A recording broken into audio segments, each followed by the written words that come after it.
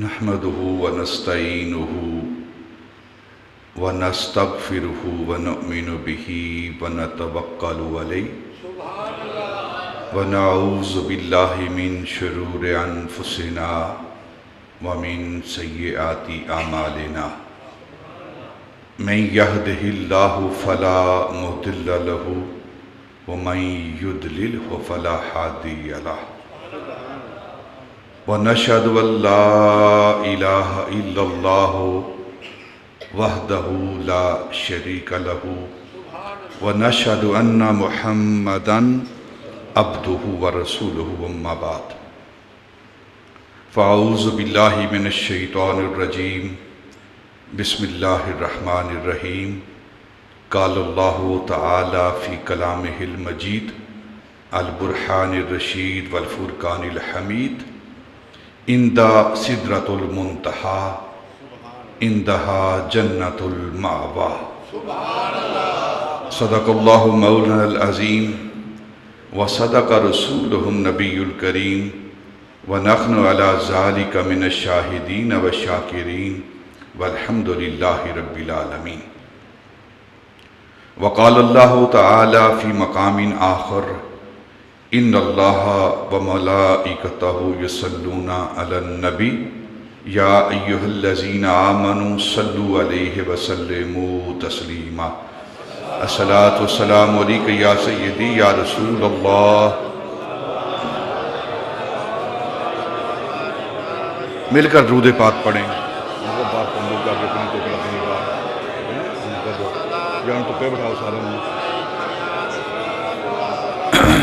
الصلاۃ والسلام علیک یا سیدی یا رسول اللہ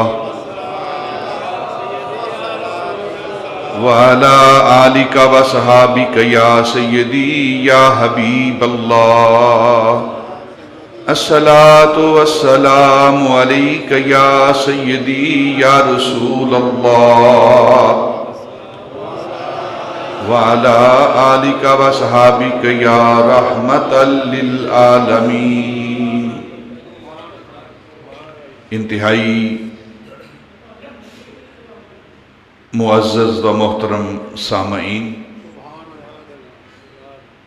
ارباب اہل سنت، ادب خردگان نگاہ محبت، قرآن مجید برہان رشید سے سورہ والنجم کی 2 آیات بینات طیبات آپ کے سامنے تلاوت کی گئی ہیں۔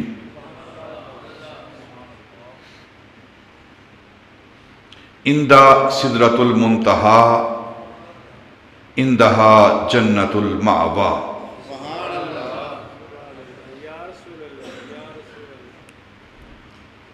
یہ سدرۃ المنتہی کیا ہے؟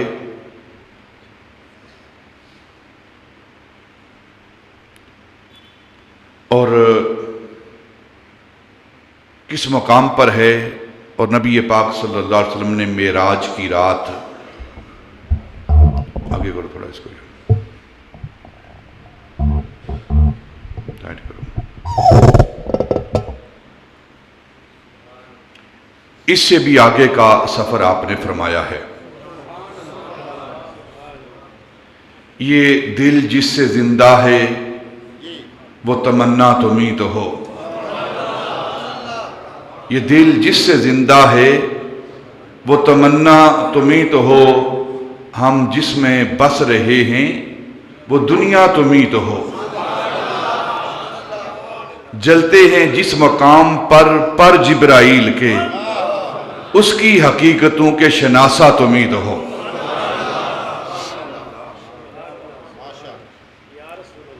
قبل اس سے کہ سدرۃ المنتہی کے حوالے سے اور پھر نبی پاک صلی اللہ علیہ وسلم کے معجزہ معراج کے حوالے سے، سیر معراج کے حوالے سے گفتگو کی جائے، حضرت سلمان فارسی رضی اللہ تعالی عنہ آپ فرماتے ہیں کہ ایک دن ہم سارے دوست صحابہ بیٹھے ہوئے تھے، نبی پاک صلی اللہ علیہ وسلم کی باتیں کر رہے تھے. اور اتنی دیر میں نبی پاک صلی اللہ علیہ وسلم تشریف لے آئے تو ہم نے عرض کی یا رسول اللہ صلی اللہ علیہ وسلم اللہ رب العزت نے ابراہیم علیہ السلام کو اپنا خلیل بنایا، اپنا خلیل بنایا. حضرت عیسیٰ کو روح القدس سے پیدا کیا اور موسیٰ کو علیہ السلام کو اللہ رب العزت نے کوہ طور پہ بلا کے ہم کلامی کا شرف عطا کیا. فما اوتیت من الفضل یا رسول اللہ، یا رسول اللہ صلی اللہ علیہ وسلم آپ کو اللہ رب العزت نے کیا مرتبہ اور مقام عطا کیا ہے، اپنی بارگاہ سے کن فضیلتوں سے نوازا ہے. قبل اس سے کہ نبی پاک صلی اللہ علیہ وسلم اپنے صحابہ کی ان باتوں کا جواب دیتے، اللہ رب العزت نے جبریل کو بھیجا. جبریل جاؤ محبوب سے عرض کرو آپ خاموش رہیں، ان کے سوالوں کا جواب میں خدا دیتا ہوں. محبوب انہوں نے سوال کیا ہے، پوچھا ہے کہ ابراہیم کو خلیل بنایا ہے، تو محبوب جبریل ان کو جواب دیتا ہے اگر ہم نے ابراہیم کو علیہ السلام کو خلیل بنایا ہے تو آپ کو حبیب بنایا ہے، آپ کو حبیب بنایا ہے. اور اگر ہم نے عیسیٰ علیہ السلام کو روح القدس سے پیدا کیا ہے تو محبوب آپ کو عیسیٰ سے بھی ہزاروں کروڑوں سال پہلے آپ کے نور کو ہم نے پیدا کیا ہے. اور رہی بات ہم نے کوہ طور پہ بلا کے موسیٰ کے ساتھ ہم کلامی کی ہے، ہم کلام ہوئے ہیں، موسیٰ نے ہم سے بات کی ہے، تو محبوب آپ کو اپنی جناب میں بلا کر لا مقام پہ بلا کر عرش سے اوپر بلا کر اس مقام پر بلا کر جہاں آج تک کوئی نہیں پہنچا، اور نہ ہی محبوب آپ سے پہلے کوئی پہنچا ہے اور نہ ہی آپ کے بعد وہاں پہنچے گا، وہاں بلا کے آپ سے ہم کلام ہوئے ہیں.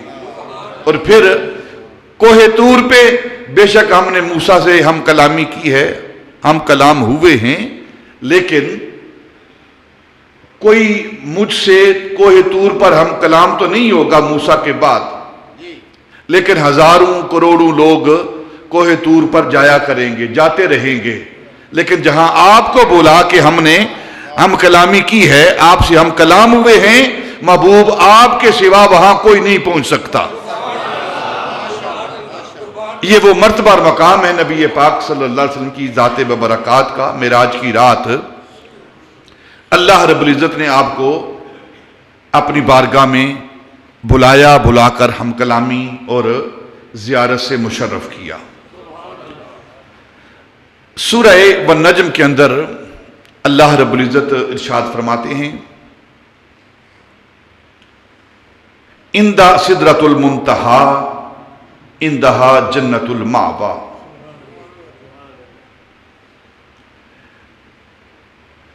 یہ سدرۃ المنتہا کیا ہے؟ اگر ہم تفاسیر کا مطالعہ کریں تو مفسرین نقل کرتے ہیں کہ یہ وہ مقام ہے، یہ وہ حد ہے نیچے والے جو سدرۃ المنتہا سے نیچے ہیں. ان میں سے کوئی شخص، کوئی فرد کائنات کا، مخلوق کا کوئی فرد سدرۃ المنتہا سے اوپر نہیں جا سکتا. یہ وہ حد ہے، سدرۃ المنتہا وہ حد ہے کہ نیچے سے مخلوق میں سے کوئی اوپر نہیں جا سکتا، چاہے وہ بشر میں ہوں یا بشری مخلوق ہو، چاہے وہ نورانی مخلوق ہو۔ سدرۃ المنتہا تک نیچے سے وہاں تک پہنچتے ہیں، اس سے اوپر کوئی نہیں جا سکتا۔ اور جو اوپر والی مخلوق ہے، دوسرے ملائکہ اور فرشتے ہیں جو سدرۃ المنتہا سے اوپر رہتے ہیں، ان کے لیے وہ حد ہے، وہ اس سے نیچے نہیں آ سکتے۔ یعنی کہ مخلوق چاہے اوپر ہو چاہے نیچے ہو، کسی مخلوق کے اندر یہ ہمت نہیں، یہ اس کے اندر قوت نہیں کہ وہ سدرۃ المنتہا اس منتہی مقام کو، وہ اس کی حدوں کو عبور کرے۔ اور علماء نے لکھا ہے کہ یہ وہ مقام ہے تمام انبیاء کا علم، حتیٰ کہ جبریل امین کا علم بھی یہاں تک پہنچتا ہے، اس سے آگے منتہی ختم ہو جاتا ہے۔ پھر اوپر سے احکام نازل ہوتے ہیں نیچے کی طرف، اور وہ احکام لے کر جبریل امین انبیاء کے پاس آتے ہیں، انبیاء کو جو علم دیا جاتا ہے وہ اس ذریعے سے پہنچتا ہے۔ اور حضرت علامہ بدر الدین عینی رحمت اللہ تعالی علیہ آپ فرماتے ہیں کہ سدرۃ المنتہا وہ مقام ہے جس مقام پر نبی پاک صلی اللہ علیہ وسلم کے سوا کوئی نبی نہیں پہنچا، کوئی نبی نہیں پہنچا۔ سب کو معراج ہوئی ہے، اپنے اپنے مرتبے کے مطابق وہ معراج پر تشریف لے گئے ہیں، ان کو معراج ہوئی ہے، لیکن سدرۃ المنتہا تک کوئی نبی نہیں پہنچا۔ جب نبی نہیں پہنچا تو عام فرد بشر کیسے پہنچے گا؟ یہ فرشتوں کا مقام ہے سدرۃ المنتہا۔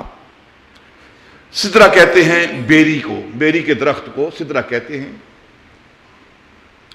اور علماء نے لکھا کہ اس کے جو پتے ہیں نا، بڑے بڑے پتے ہیں، اور اس کے جو پھل ہیں وہ مٹکوں کی طرح ہیں۔ اس کی جڑ جو ہے وہ چھٹے آسمان سے شروع ہوتی ہے اور ساتویں آسمان کو عبور کرتی ہوئی سدرۃ المنتہا کا اوپر والا حصہ جو ہے وہ وہاں جا کر ختم ہو جاتا ہے۔ اور معراج کی رات نبی پاک صلی اللہ علیہ وسلم سدرۃ المنتہا سے آگے تشریف لے گئے۔ نبی پاک صلی اللہ علیہ وسلم فرماتے ہیں کہ سدرۃ المنتہا پر جب میں پہنچا جبریل امین کے ساتھ، براق کے ساتھ، تو وہاں جبریل امین نے اذان دی، پھر سارے ملائکہ اس مقام پر جمع تھے۔ جس طرح سارے انبیاء بیت المقدس کے اندر، مسجد اقصی کے اندر سارے انبیاء جمع تھے، اسی طرح سدرۃ المنتہا پر سارے فرشتے جمع تھے۔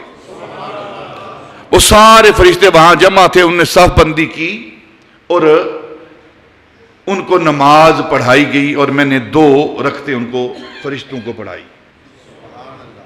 ادھر مسجد اقصی کے اندر انبیاء کو امامت کروائی جا رہی ہے، اور ادھر سدرۃ المنتہا پر ہمارا امام، ہمارا نبی فرشتوں کو امامت کروا رہا ہے۔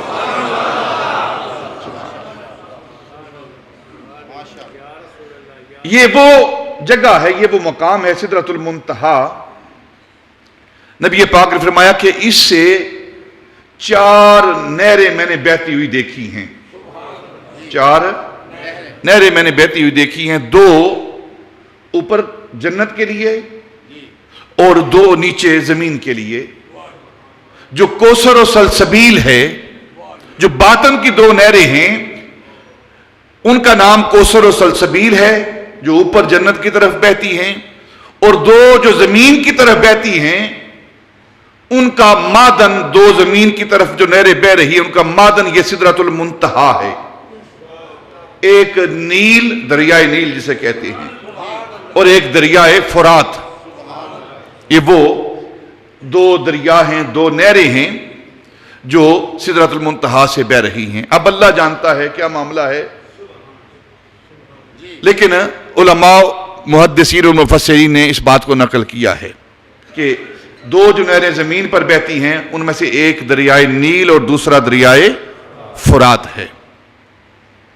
اور نبی پاک صلی اللہ علیہ وسلم فرماتے ہیں کہ میں نے ایک نہر کو دیکھا سدرۃ المنتہا پر. یہ وہ نہر ہے، لوگ اس میں آ کر غسل کرتے ہیں، نہاتے ہیں، اور اس میں داخل ہونے سے پہلے لوگوں کی حالت کیا ہے، کیفیت کیا ہے کہ ان کے جسم کالے سیاہ ہیں، جلے ہوئے ہیں، سڑے ہوئے ہیں، ایک عجیب ان کے جسموں سے نحوست اور بدبو آ رہی ہے. اور جو ہی وہ اس نہر میں غوطہ لگاتے ہیں، چھلانگ لگاتے ہیں، اور جب وہ دوسری کنارے سے باہر نکلتے ہیں تو ان کے جسم تر و تازہ ہوتے ہیں، ان سے خوشبوئیں آ رہی ہوتی ہیں، سفید جسم ہو جاتے ہیں. تو نبی پاک صلی اللہ علیہ وسلم فرماتے ہیں میں نے جبریل سے پوچھا یہ کون سی نہر ہے اور یہ کون سے لوگ ہیں کہ اس نہر میں داخل ہونے سے پہلے ان کی کیفیت یہ ہے کہ جسم جلے ہوئے ہیں، سڑے ہوئے ہیں، بدبودار ہیں، بدنما ہیں، نحوست سے بھرے ہوئے جسم ہیں، اور جب وہ نہر کے اندر داخل ہوتے ہیں، پانی کے اندر داخل ہوتے ہیں اور دوسری طرف سے باہر نکلتے ہیں تو ان کے جسم پاک، صاف، طیب، سفید، نور علی نور ہوتے ہیں. تو یہ کون سی نہر ہے؟ تو نبی پاک صلی اللہ علیہ وسلم سے جبریل امین نے عرض کی یا رسول اللہ یہ نہر توبہ ہے. یہ نہر توبہ ہے کہ مخلوق میں سے، آپ کی امت میں سے جو بندہ سچے دل کے ساتھ توبہ کرتا ہے، اپنے گناہوں سے شرمندہ ہو کر اللہ کی بارگاہ میں نادم اور شرمندہ ہو کر توبہ کرتا ہے، تو توبہ کرنے سے پہلے وہ گناہوں میں لتھڑا ہوتا ہے، اس کا جسم کالا ہوتا ہے، اس کی روح جو ہے وہ آلودہ ہو چکی ہوتی ہے، لیکن جو ہی وہ توبہ کرتا ہے تو اللہ رب العزت اس کی توبہ کو قبول فرما کر اس کو نور عطا کر دیتا ہے. ایسا نور عطا کرتا ہے کہ اس کی روح بھی روشن ہو جاتی ہے اور اس کا جسم بھی روشن ہو جاتا ہے. اب نبی پاک صلی اللہ علیہ وسلم آپ فرماتے ہیں کہ جبریل امین بیت المقدس سے لے کر سدرۃ المنتہا تک میرے ساتھ رہا، اور جب سدرۃ المنتہا سے آگے جانے کی باری آئی تو جبریل سے میں نے کہا کہ جبریل چلو آگے بھی چلتے ہیں. تو نبی پاک صلی اللہ علیہ وسلم فرماتے ہیں، علماء نے لکھا کہ جبریل امین نے نبی پاک کی بارگاہ میں عرض کی یا رسول اللہ بے شک میں نور ہوں، فرشتوں کا استاد ہوں، فرشتوں کا امام ہوں، لیکن میری حد یہ ہے اس سے آگے میں نہیں بڑھ سکتا. یہاں ایک بات اپنے ذہنوں کے اندر رکھیں، آگے کیا تھا؟ اس سے آگے بھی نور ہی تھا سارا، آگے بھی نور ہی تھا نا سارا کچھ، آگے نوری جہان تھے، تو جبریل بھی نور تھا. تو سارے نور برابر نہیں ہیں، سارے نور برابر نہیں ہیں. جب سارے نور برابر نہیں تو سارے بشر برابر کس طرح ہو گئے؟ سارے بشر برابر.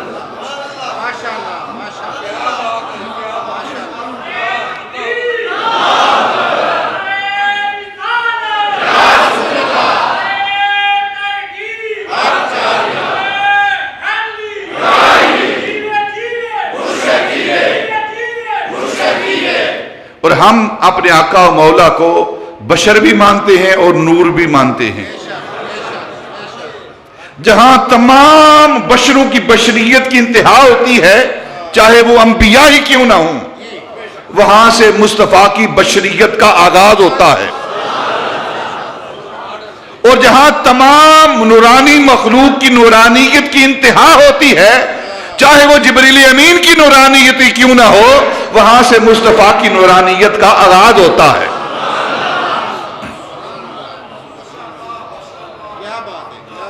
وہاں سے مصطفیٰ کی نورانیت کا آغاز ہوتا ہے. سدرۃ المنتہا سے آگے بڑھنے لگے تو آپ نے فرمایا جبریل آگے بڑھو. تو جبریل امین نے عرض کی یا رسول اللہ لو دنوت عن ملتن لاحترقت، یا رسول اللہ ایک پورے کے برابر، ایک پورے کے برابر، ایک بال کے برابر بھی میں آگے اگر بڑھتا ہوں تو جل کر خاکستر ہو جاؤں گا۔ جلتے ہیں جس مقام پر جبرائیل کے، اس کی حقیقتوں کے شناسا تم ہی تو ہو، اس کی حقیقتوں کے شناسا تم ہی تو ہو۔ نبی پاک صلی اللہ علیہ وسلم سدرۃ المنتہا سے آگے بڑھے۔ رف رف کیا ہے؟ ایک روایت یہ ہے کہ سحاب، یہ بادل ہے جو مختلف رنگوں کا ہے، اور دوسری روایت یہ ہے کہ یہ رف جو ہے ایک قالین، ایک تخت، وہ آگے آیا، نبی پاک صلی اللہ علیہ وسلم اس پر سوار ہوئے، اور اب وہ رف کی رفتار کیا ہے؟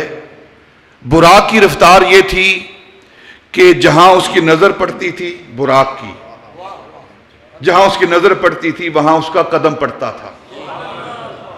دیکھیں ہماری نظر ہے، ہماری نظر اگر باہر کھڑے ہو کر آسمان کی طرف دیکھیں تو ایک لمحے کے اندر ہماری نظر آسمان تک پہنچتی ہے، پہلے آسمان تک پہنچتی ہے ہماری نظر پہنچتی ہے کہ نہیں پہنچتی؟ اور یہ لاکھوں کروڑوں نوری سال کا فاصلہ ہے آسمان، پہلا آسمان۔ جب ہماری نظر، عام بندوں کی نظر ایک لمحے کے اندر لاکھوں کروڑوں نوری سال وہ طے کر جاتی ہے، تو خود تاجدار مدینہ صلی اللہ علیہ وسلم کی نظر کا کیا عالم ہوگا؟ تو جتنی براق کی رفتار تھی نا، جہاں اس کی نظر پڑتی تھی جو ہے ہی نور، وہاں اس کا قدم پڑتا تھا پہلا، اور اس سے ہزاروں مرتبہ زیادہ رفتار اس رف کی تھی، براق سے زیادہ۔ آپ براق پر سوار ہوئے، رف پر سوار ہوئے، سدرۃ المنتہا سے آگے کا سفر شروع ہوا، اور پھر یہ سفر ہوتا رہا اور نبی پاک صلی اللہ علیہ وسلم فرماتے ہیں کہ جب میں رف پر سوار تھا تو کسی قسم کی آواز نہیں آ رہی تھی، کوئی آواز نہیں پہنچ رہی تھی سوائے تقدیر کے قلم چلنے کی جو آواز ہے، جو تقدیر کا قلم چلتا ہے نا، صریف القلب،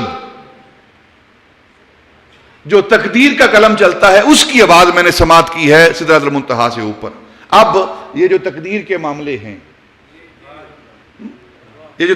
معاملے ہیں، اس کا جہان بھی سدرۃ المنتہا سے اوپر ہے، اور نبی پاک فرماتے ہیں میں نے اس قلم کے چلنے کی آواز کو سماعت کیا ہے، اس کے علاوہ کوئی آواز نہیں آ رہی تھی، کسی قسم کی کوئی آواز نہیں ہے، اور میں چلتا رہا، آواز آتی رہی، اور جب عرش پر پہنچے تو رف وہاں اپنی پوری فر رفتار کے ساتھ رف وہاں جا کر رک گیا،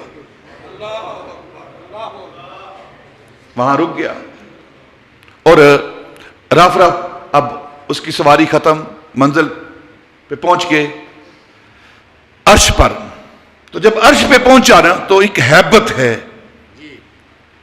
ایک کیفیت ہے، ایک دبدبا ہے، ایک روب ہے وہاں کا۔ میں نے اس روب کو، اس ہیبت کو محسوس کیا، تو نبی پاک صلی اللہ علیہ وسلم آپ فرماتے ہیں کہ اس عرش پر جو ہیبت اور روب اور دبدبا تھا، اس کو میں نے جب محسوس کیا تو محسوس کرتے ہوئے اس کی عزت و تکریم کو محسوس کرتے ہوئے، اس عرش اعظم کی رفعت اور بلندی کو محسوس کرتے ہوئے، اس کی عظمت کو جانتے ہوئے، میں نیچے جھکا اور جھک کر اپنے نالین جوڑے اتارنے کی میں نے کوشش کی، کیونکہ ہمارے نبی، جب آپ کو معراج ہوئی ہے، جس معراج کا ہم رجب کے اندر ذکر کرتے ہیں نا، یہ معراج جوڑوں سمیت ہوئی ہے، نہ صرف جوڑوں سمیت ہوئی ہے بلکہ جوڑوں کے ساتھ جو خاک لگی ہوئی تھی اس خاک سمیت ہوئی ہے. تو آپ نے وہ نالین، وہ جوڑے اتارنے کی کوشش کی. جوڑے اتارنے چاہے تو ہاتف غیب سے آواز آئی، محبوب جوڑے پہن کے رکھو، جوڑے پہنے رکھو. کیوں اتارتے ہو جوڑوں کو؟ یا اللہ میں نے کوہ طور کے حوالے سے تیرا حکم جان رکھا ہے کہ جب تیرا نبی کلیم تجھ سے ملنے کے لیے، تجھ سے کلام کرنے کے لیے کوہ طور پر آیا تھا تو تو نے ہی حکم دیا تھا فَخْلَعْ نَعْلَيْكَ إِنَّكَ بِالْوَادِ الْمُقَدَّسِ طَوَىٰ. تو نے ہی حکم دیا تھا کہ اے موسیٰ مجھ سے ہم کلام ہونے لگے ہو، یہ پاک جگہ ہے، یہ اللہ رب العزت کے ہم کلام ہونے کی جگہ ہے، تو تم جوڑے اتار دو. تو اسی پر انحصار کرتے ہوئے میں نے بھی، کیونکہ تجھ سے ہم کلامی ہونے لگی ہے تو میں نے بھی جوڑے اتارنے کی یہ عمل کیا ہے. اللہ فرماتا ہے آپ جوڑے پہن کے رکھو، آپ جوڑے پہن کے رکھو. حضرت خواجہ فرید الدین عطار رحمت اللہ تعالی علیہ سلسلہ عالیہ نقشبندیہ کے بہت بڑے شیخ خواجہ فرید الدین عطار، حضرت خواجہ عبید اللہ حرار کی پیر و مرشد، یہ جو درس نامی پڑھتے ہیں، منطق التحیر کتاب ہے، جب تک کوئی پڑھ نہ لے اسے درس نظامی کی فراغت کی سند ہی نہیں ملتی. یہ ان کی لکھی ہوئی ہے، کوئی عام بندہ نہیں ہے کہ صرف صوفی ہے کوئی. ان کی کتابیں پڑھ کے لوگ عالم بنتے ہیں.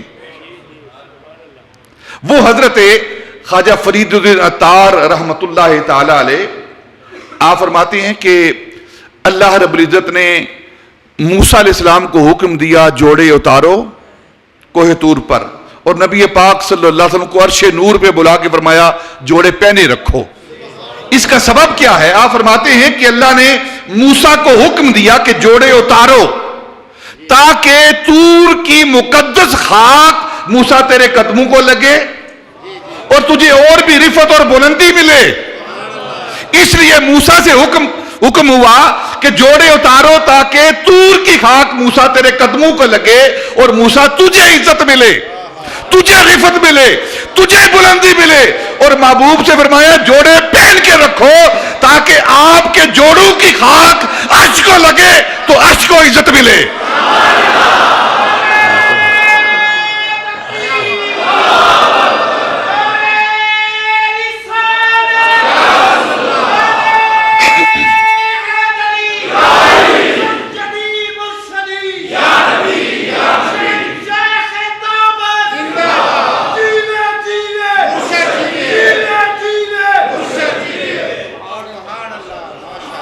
آپ جوڑوں سمیت آؤ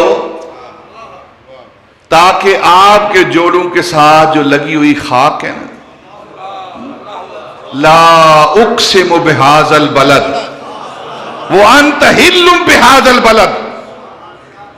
اور یہی وجہ ہے، اگر آپ علماء کی کتابوں کا مطالعہ کریں، انہوں نے فرمایا کہ جو نبی پاک صلی اللہ علیہ وسلم کا گنبد خضرا ہے، آپ کی قبر انور ہے، اور قبر انور کے اندر جو خاک آپ کے جسم کو مس کر رہی ہے وہ عرش اعظم سے بھی افضل ہے. وہ خاک عرش اعظم سے بھی افضل ہے. اسی لیے اللہ نے فرمایا محبوب جوڑے پہن کے آؤ، پہنے رکھو، اس کو اتارو نہ،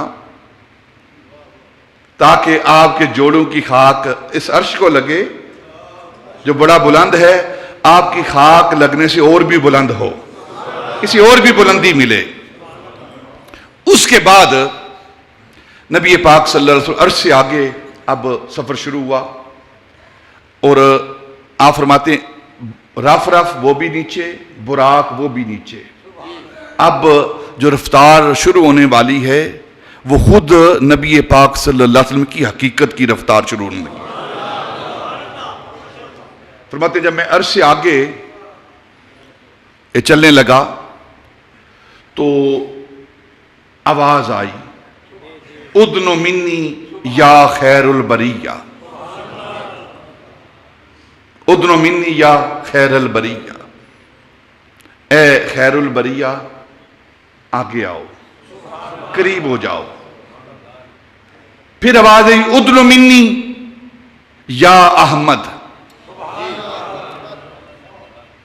ادنو منی یا محمد، اے محمد آگے بڑھو، قریب آؤ، اے احمد قریب آؤ، اے ساری کائنات سے اعلیٰ و افضل آگے آؤ، اے میرے محبوب آگے بڑھو۔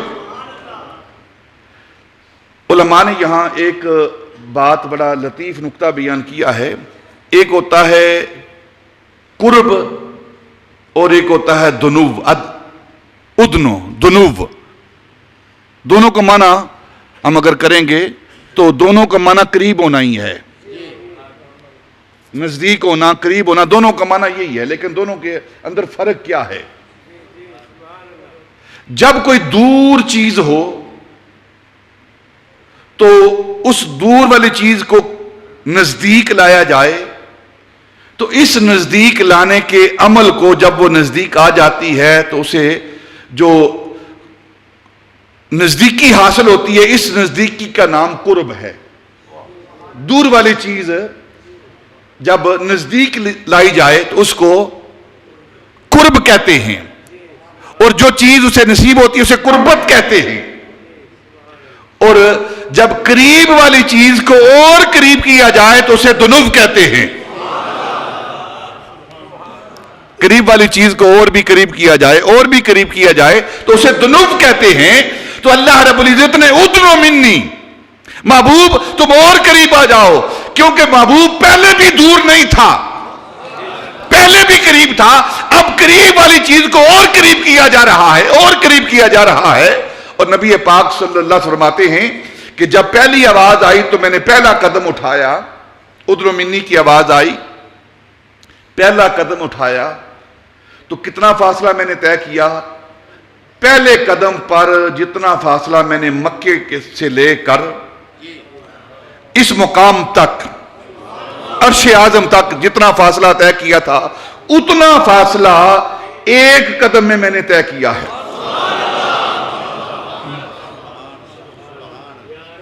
پھر دوسری آواز آئی ادنو منی یا احمد، احمد قریب آؤ، تو میں نے دوسرا قدم اٹھایا، اور جتنا فاصلہ میں نے پہلے طے کیا تھا نا، پہلے قدم سمیت، اتنا فاصلہ میں نے دوسرے قدم پر طے کیا۔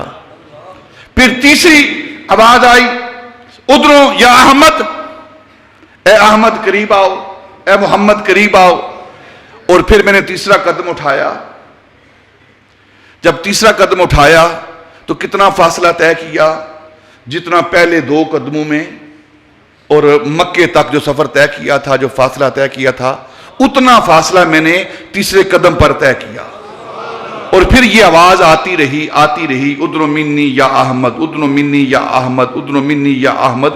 نبی پاک فرماتے ہیں 1000 مرتبہ یہ آواز آئی اور 1000 قدم میں نے اٹھائے ہیں۔ اب کتنا قرب ہوا ہے، کتنا سفر طے ہوا ہے، اور 1000 قدم اٹھانے کے بعد اب ہیبت، ایک عجیب کیفیت ہے۔ تو آپ فرماتے میرے طبیعت کے اندر اضملال پیدا ہوا، ہیبت پیدا ہوئی، تنہائی میں نے محسوس کی۔ اب تو 1000 قدم اٹھانے کے بعد مجھے آواز آئی کف یا محمد، اے محمد اب رک جاؤ، ٹھہر جاؤ یہاں۔ اس میں کیا راز ہے؟ اللہ رب العزت انسان بذات خود اپنی کوشش سے، اپنی ہمت سے، اپنی رفتار سے اگر وہ اللہ کی بارگاہ میں پہنچنا چاہے تو یہ ناممکن ہے۔ اسے یہ سبق مل رہا ہے، اپنی رفتار سے، اپنی قوت سے انسان اگر اللہ کی بارگاہ میں پہنچنا چاہے تو وہ نہیں پہنچ پاتا۔ اگر اللہ فضل فرمائے تو وہ بندے کو اٹھا کر اپنی بارگاہ میں اپنا قرب عطا کر دے۔ کف یا محمد ان ربک یصلی، محمد اب ٹھہر جاؤ، اب آپ کا رب آپ کی طرف آتا ہے. ثم دنا فتدلا، دنا کا جو فاعل ہے وہ نبی پاک کی ذات، تدلا کا فاعل اللہ کی ذات.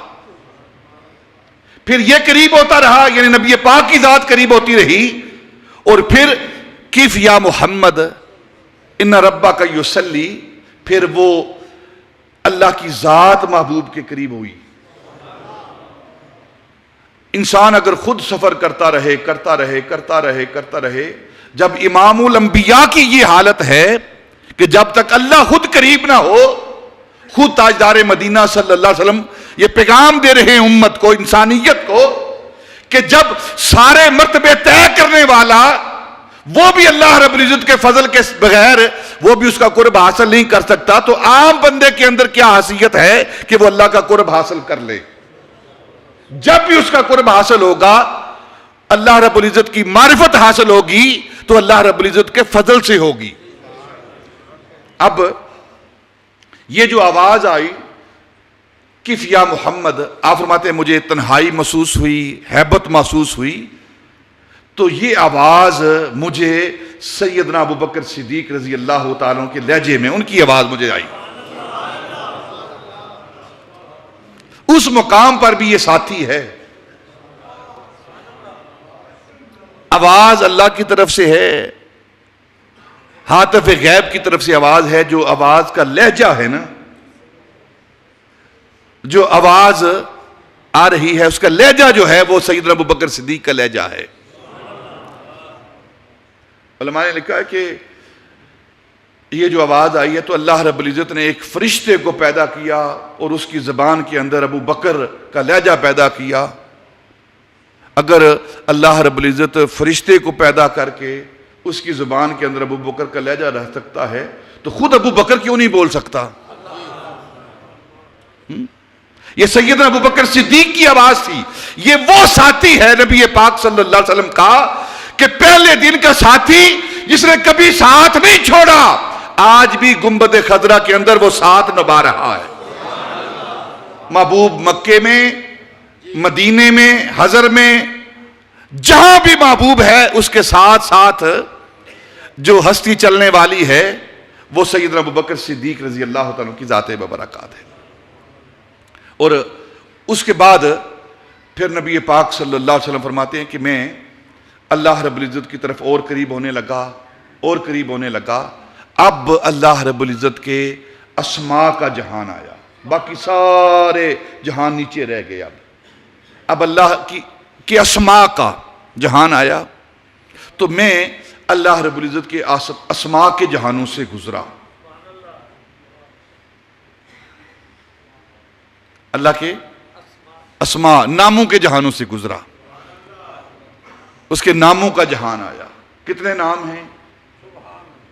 جس طرح اس کی ذات کی کوئی حد نہیں، اسی طرح اس کے ناموں کی کوئی حد نہیں. اور مصطفیٰ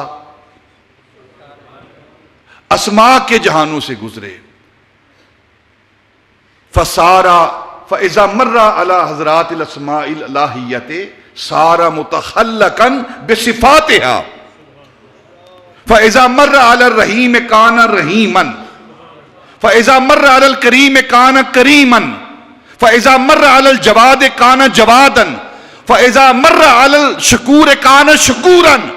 نبی پاک صلی اللہ علیہ وسلم جب اللہ رب العزت کے اسماء کے جہان سے گزرتے رہے ہیں تو جس جس صفت سے گزرے ہیں اس صفت سے متصف ہوتے گئے ہیں. اگر صفت رحیم سے گزرے ہیں تو رحیم بن گئے ہیں، اگر صفت کریم سے گزرے ہیں تو کریم بن گئے ہیں، صفت غفار سے گزرے ہیں تو غفار بن گئے ہیں، صفت جواد سے گزرے ہیں تو جواد بن گئے ہیں، اور صفت شکور سے گزرے ہیں تو شکور بن گئے ہیں.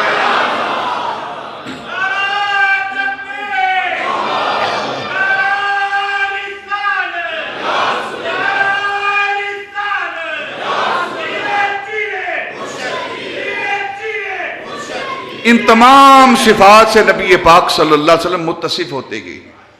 اور علماء نے اس موضوع پر کتابیں لکھی ہیں. نبی پاک صلی اللہ علیہ وسلم کی ذات وہ ذات ہیں جو اللہ رب العزت کی صفات سے متصف ہیں، صفات سے متصف ہیں.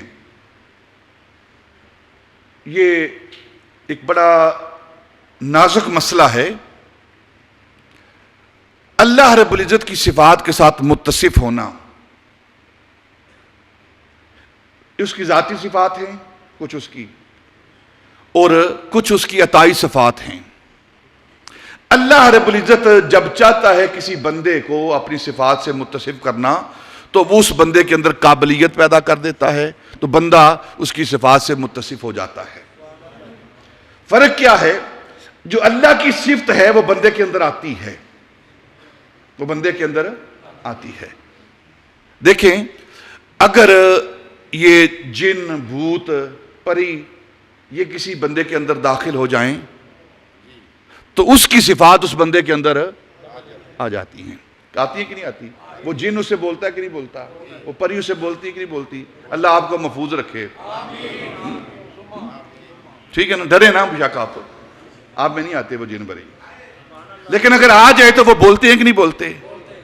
اگر مخلوق کسی کے اندر اپنی صفات منتقل کر دے تو وہ بولتا ہے. تو اگر اللہ رب العزت اپنی صفات کسی بندے کے اندر داخل کر دے اور بندہ اس کی صفات سے متصف ہو جائے تو پھر اس کا ظہور کیوں نہیں ہوتا؟ دیکھیں، اللہ رب العزت سمیع ہے. سمیع کا کیا مطلب ہے؟ سننے والا. آپ بھی سننے والے ہیں کہ نہیں؟ ہے نا کہ نہیں؟ جب آپ سمیع ہو سکتے ہیں، اس کی صفت سے متصف ہو سکتے ہیں، تو اس کا محبوب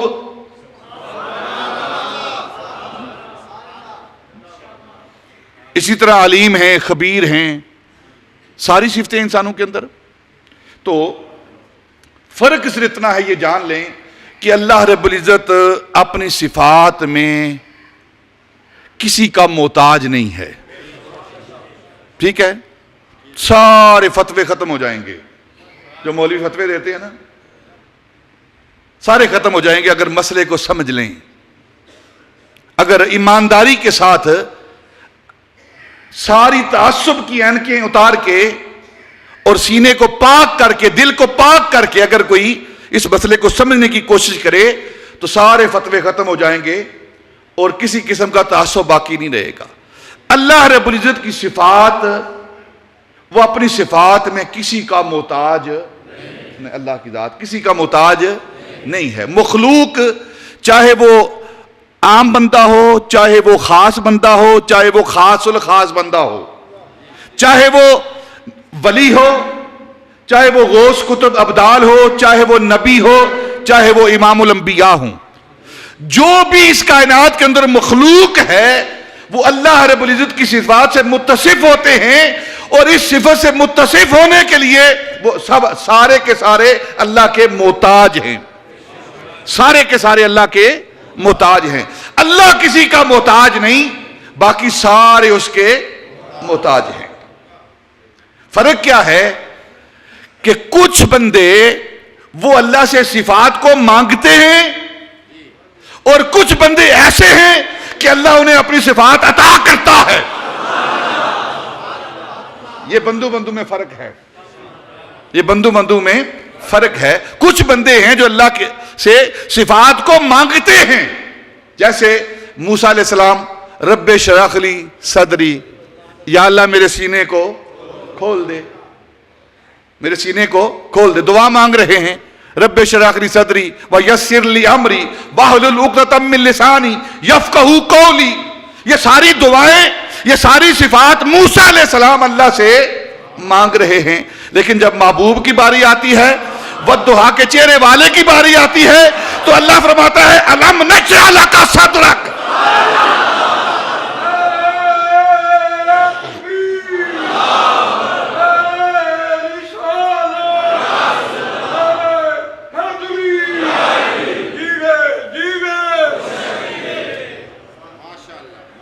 اب فرق کیا ہے؟ کچھ بندے ہیں وہ خود صفات کی طلب کرتے ہیں. اور ایک اور حدیث پاک پہلے بھی میں نے بیان کی ہے.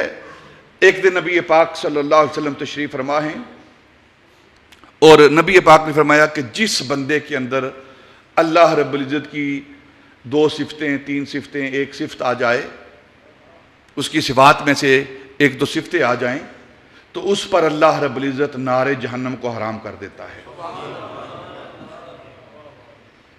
اللہ ستار ہے. ستار کا کیا معنی ہے؟ پردہ پوشی کرنے والا، چھپانے والا، ستار ہے اللہ.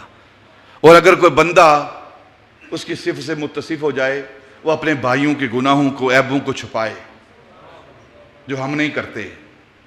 ہم اچھالتے ہیں، کرتے ہیں نا، پتہ لگ جائے، بلکہ ڈھونڈتے ہیں اگلے کے عیب، تلاش کرتے ہیں اس کے اندر کیا عیب ہے، پھر میں اس کا اظہار کروں. یہ کوئی فائدہ مند چیز نہیں ہے کسی کے عیب کو تلاش کرنا، یہ نقصان دہ چیز ہے. اگر آپ کسی کے عیبوں کو تلاش کرے گا، کوئی دوسرا آپ کے عیبوں کو تلاش کرے گا. اللہ کی صفت کیا ہے؟ سارے بندوں کی، وہ ہر عمل کو جاننے کے باوجود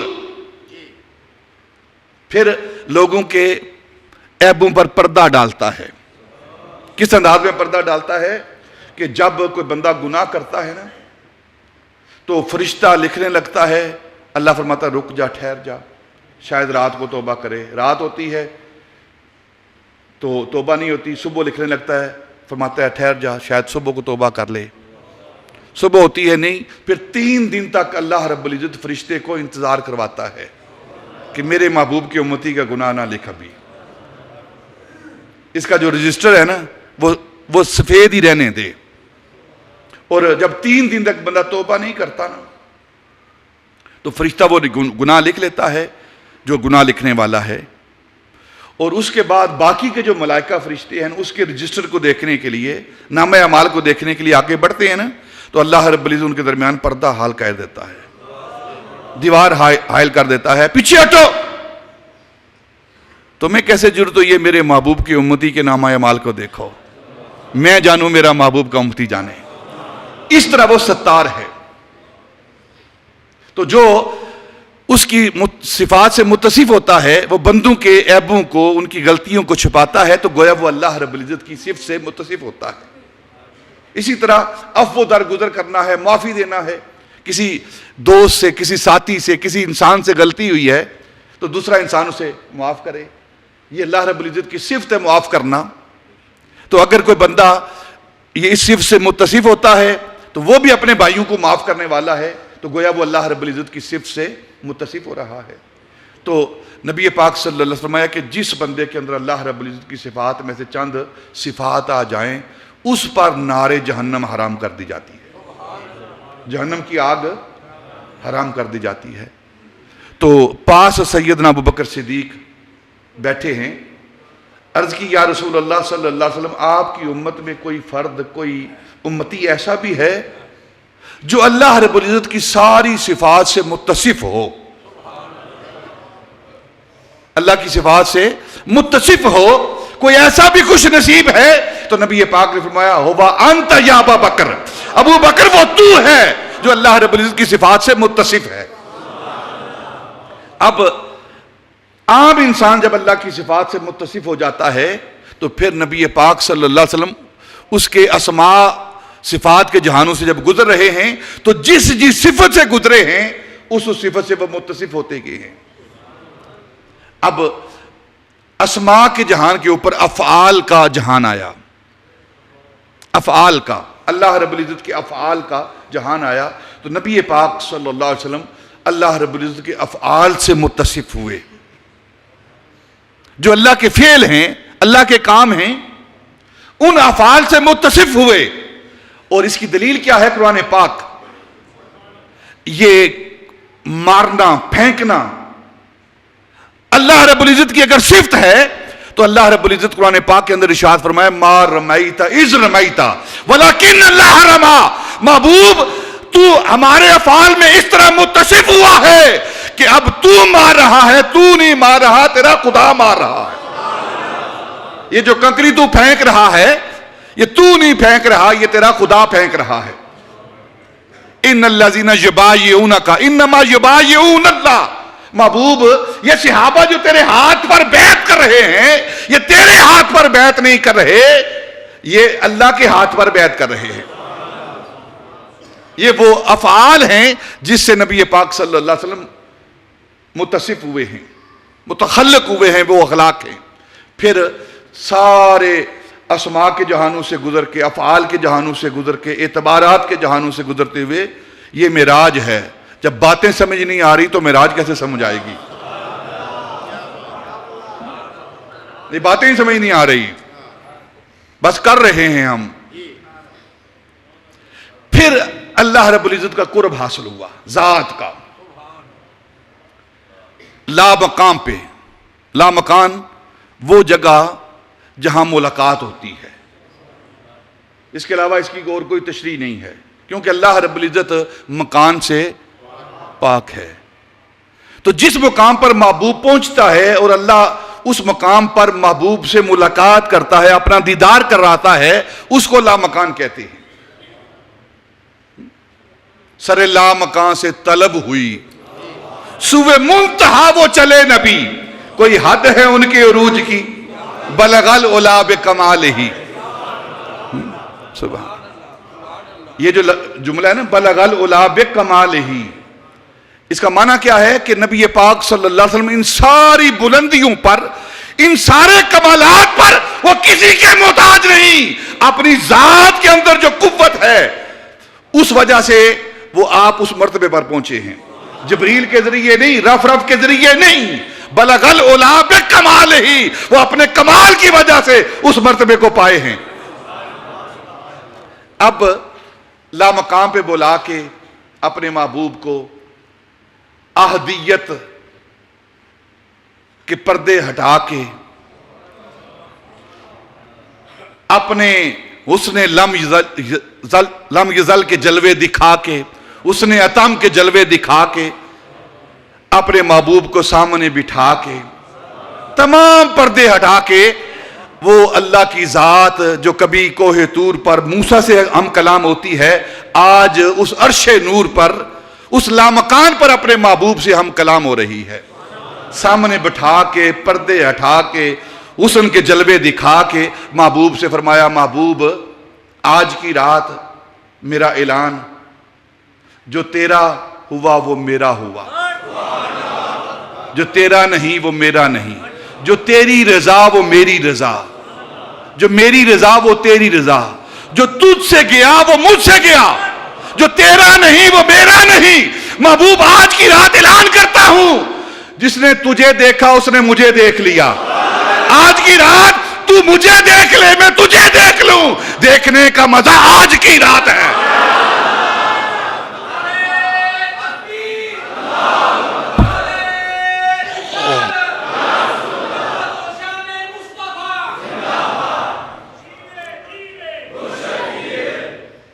اب وہ سارے صفات کے جلوے، شیونات کے جلوے، احتمالات کے جلوے، سارے جلووں کو دیکھا اور پھر ذات کو دیکھا۔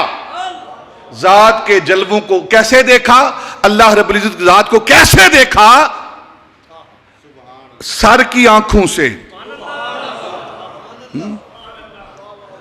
سر کی آنکھوں سے۔ اب آپ سوال کریں گے، ذہن کے اندر سوال آئے گا، جو پڑھا لکھا ذہن ہے نا، کہ سر کی آنکھ کی خاصیت یہ ہے وہ ایک جہت کی طرف دیکھتی ہے،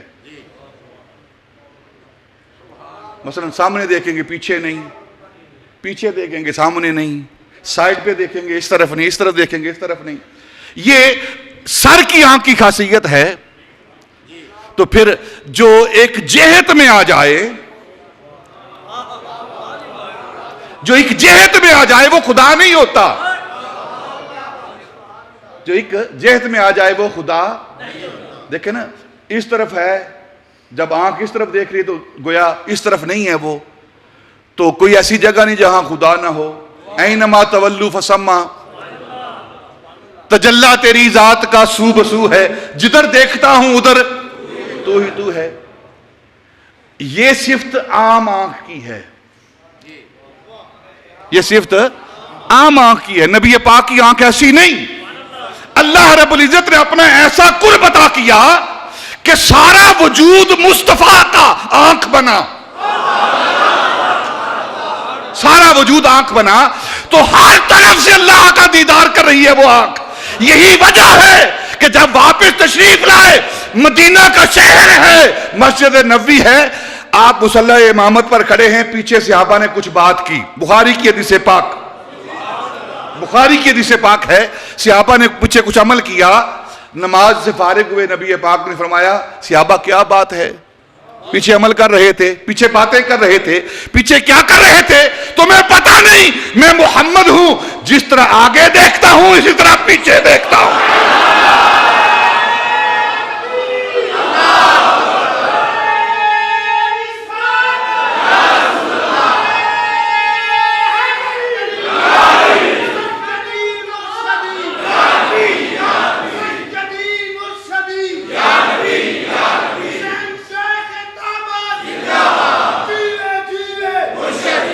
یہ وہ مصطفیٰ کی آنکھ ہے جس کی خاصیت یہ ہے کہ جیسے مصطفیٰ آگے دیکھتے ہیں ایسے ہی پیچھے دیکھتے ہیں۔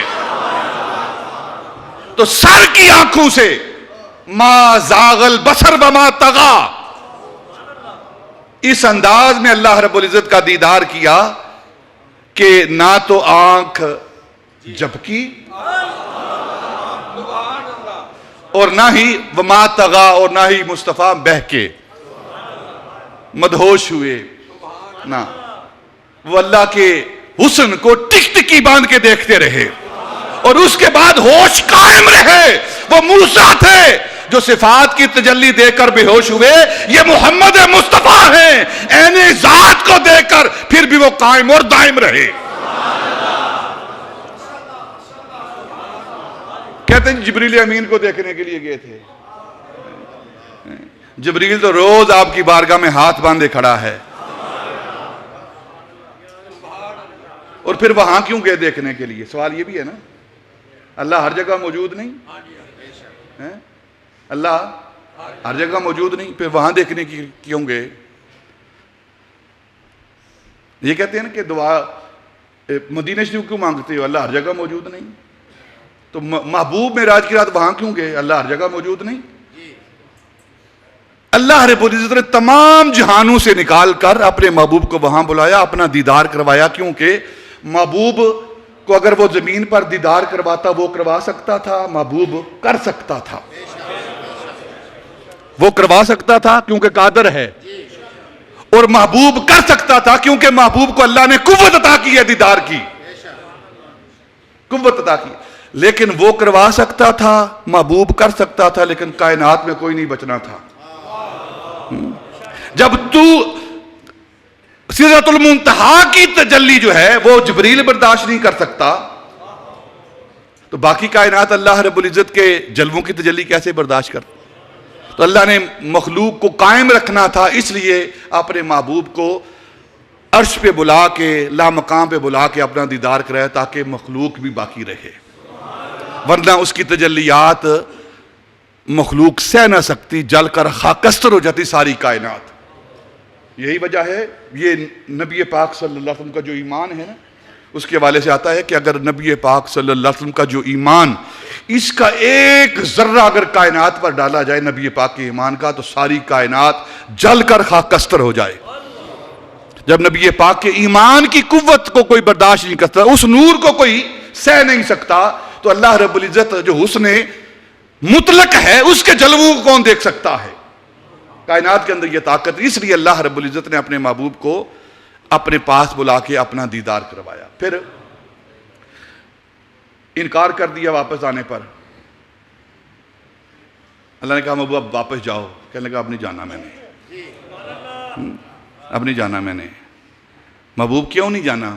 یا اللہ اتنے حسن کو دیکھ کر کون جاتا ہے واپس؟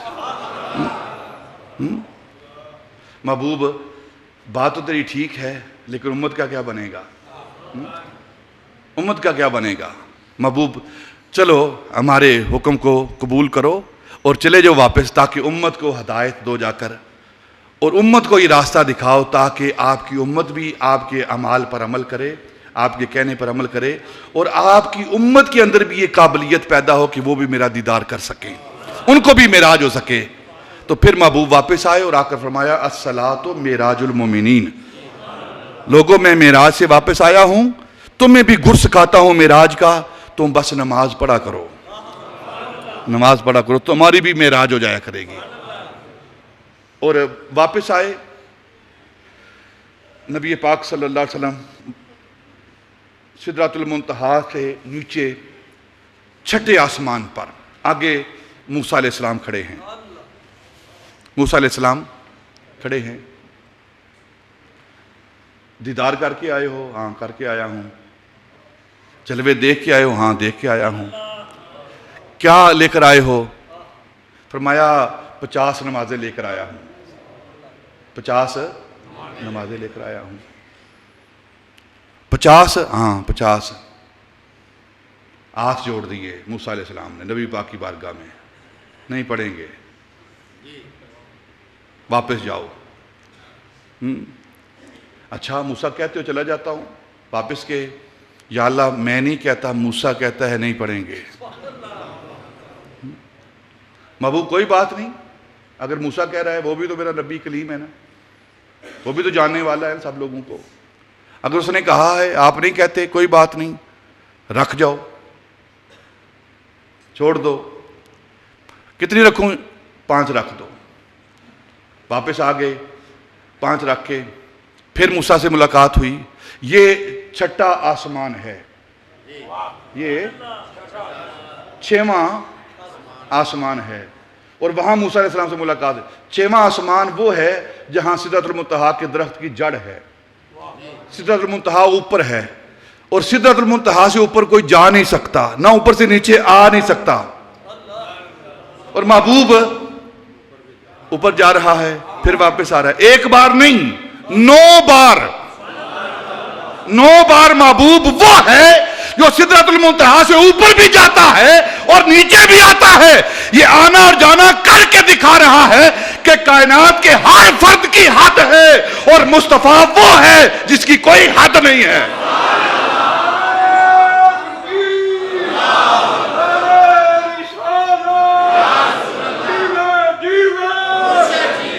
کوئی حد ہے ان کے عروج کی.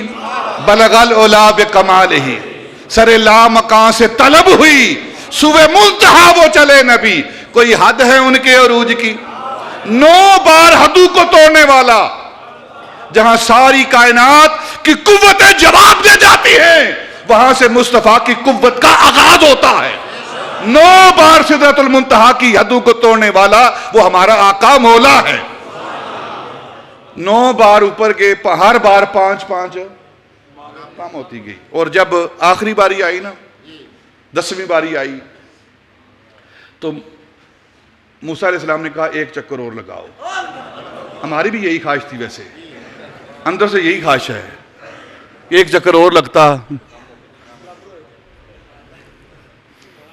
کس پینڈے پہ ہیں بھی شوق ہی نہیں امت کو نماز پڑھنے کا، لیکن اتنی بڑی بارگاہ سے کتنا بڑا تحفہ آ رہا ہے جس کی اہمیت کا ہمیں علم ہی نہیں. تو موسیٰ نے کہا 1 چکر اور لگاؤ. فرمانے لگے اب مجھے شرم آتی ہے، اب شرم آتی ہے، میں کس طرح جاؤں؟ یہ 5 بھی نہیں میری امت پڑے گی. جاتی دفعہ جب آخری بار واپس آئے تو اللہ نے فرمایا محبوب یہ لے جاؤ، 5 رہ گئی ہیں. موسیٰ شاید کہے پھر واپس آنے کے لیے. اب آپ کو ایک بات کہہ دیتا ہوں، امت کو جا کر 5 دینا اور کہنا 5 پڑھو. میں نے 50 ہی فرض کی ہیں، تم 5 پڑھو، میں خدا تمہیں 50 کا ہی ثواب دوں گا. ثواب تمہیں 50 کا ہی دوں گا. چلو 5 ہی پڑھ لو، تم 5 ہی پڑھ لو. اور جب واپس تشریف لائے نبی پاک صلی اللہ علیہ وسلم، ادھر موسیٰ علیہ السلام بھی معراج سے واپس آئے اور نبی پاک صلی اللہ علیہ وسلم بھی معراج سے واپس آئے. جب موسیٰ واپس آئے تو ان کی کیفیت کیا ہے، اور جب نبی پاک صلی اللہ علیہ وسلم واپس آئے تو ان کی کیفیت کیا ہے. موسیٰ علیہ السلام جب کوہ طور سے واپس تشریف لائے تو ان کی حالت کیا تھی کہ ہر وقت اپنے چہرے پر موسیٰ علیہ السلام کپڑا رکھتے تھے. پڑھیں آپ ان کی سیرت کا، اس واقعہ کو پڑھیں، قرآن کی تفاسیر کا مطالعہ کریں. ہر وقت موسیٰ علیہ السلام اپنے چہرے پر کپڑا رکھتے، اور اگر کسی وجہ سے تھوڑا کپڑا ہٹ جاتا اور اس چہرے کی جھلک کسی پر پڑ جاتی، کوئی آنکھ اس چہرے کو دیکھ لیتی تو اس کی آنکھیں چدے آ جاتی، اور اگر کوئی غور سے دیکھتا تو اس کی آنکھ جاتی رہتی. یہ موسیٰ علیہ السلام کا معاملہ تھا. اور جب حضور واپس تشریف لائے نا اللہ کا دیدار کر کے، تو حالت کیا تھی کہ جو بندہ آپ کے چہرے کو دیکھتا اگر اس کی نظر کمزور ہوتی تو تیز ہو جاتی، اس کی نظر تیز ہو جاتی. اور جب موسیٰ علیہ السلام واپس آئے نا معراج سے، کوہ طور سے واپس آئے، تو موسیٰ علیہ السلام کی حالت کیا تھی کہ رات کے اندھیرے میں کالی سیاہ رات کے اندر، کالے سیاہ پتھر پر، کالی سیاہ چونٹی کیڑی جسے کہتے ہیں ہم، 30 میل کے فاصلے پر، 30 میل کے فاصلے پر، کالی رات کے اندر، کالے پتھر پر کالی کیڑی چونٹی اگر وہ چلتی تو موسیٰ علیہ السلام اس کے چلنے کی آواز بھی سنتے اور اس کو دیکھتے بھی. وہ موسیٰ جس نے اللہ رب العزت کی صفات کو دیکھا ہے، صفات کو دیکھ کر ہم کلام ہو کر، اس کی معراج کا یہ عالم ہے. اور اس محبوب کی سماعت کا اور بصارت کا کیا عالم ہوگا جس کی آنکھوں نے خدا کو دیکھا ہے. اگر موسیٰ معراج سے واپس آئے 30 میل دور دیکھ سکتا ہے اور 30 میل دور چونٹی کے چلنے کی آواز سن سکتا ہے، تو میرا محبوب وہ تو اللہ کی ذات کو دیکھ کے آیا ہے. آج مدینہ المنورہ میں بیٹھ کے ہمارے درودوں کو کیوں نہیں سنتا؟ اور اس مسجد کے اندر بیٹھ کر اپنے امتیوں کو کیوں نہیں دیکھتا؟ وہ اپنے امتیوں کا درود بھی سنتا ہے، اور جب وہ درود پڑھ رہے ہوتے ہیں ان کا درود پڑھنا دیکھ بھی رہا ہوتا ہے وہ محبوب. یہ وہ معراج ہے اللہ رب العزت نے اپنے محبوب کو عطا کی ہے. اور پھر جب واپس آئے تو انشاءاللہ واپسی کے معاملات آئندہ جمعۃ المبارک میں ادا کیے جائیں گے. وما علینا